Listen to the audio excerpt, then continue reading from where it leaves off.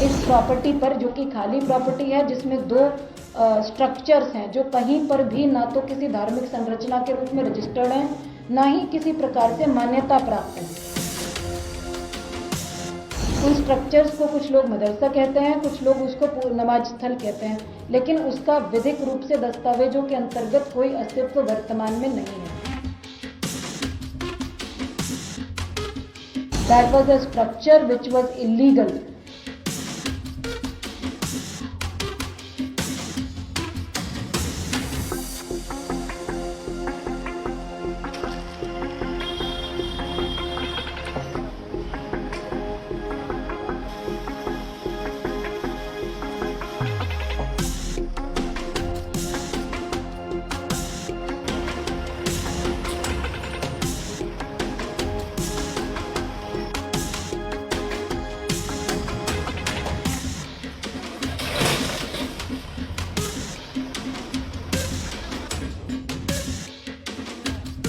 मेरा ये स्टोरी, ये बैकग्राउंड बताने का मकसद ये है कि ये कोई आइसोलेटेड एक्टिविटी नहीं थी,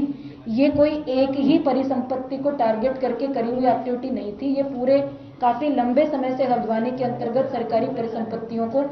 अलग अलग क्षेत्रों में बचाने का, सुरक्षित करने का, अतिक्रमण मुक्त कराने का अभियान चल रहा है। उसी के क्रम में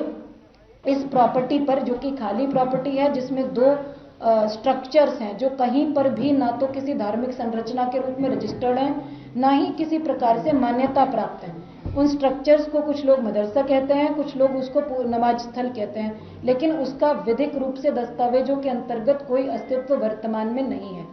उनको हमने खाली कराया, जो ओपन स्पेस था उसका कब्जा ले लिया गया और एक नोटिस परिसंपत्तियों पर, स्ट्रक्चर्स पर चस्पा करा गया,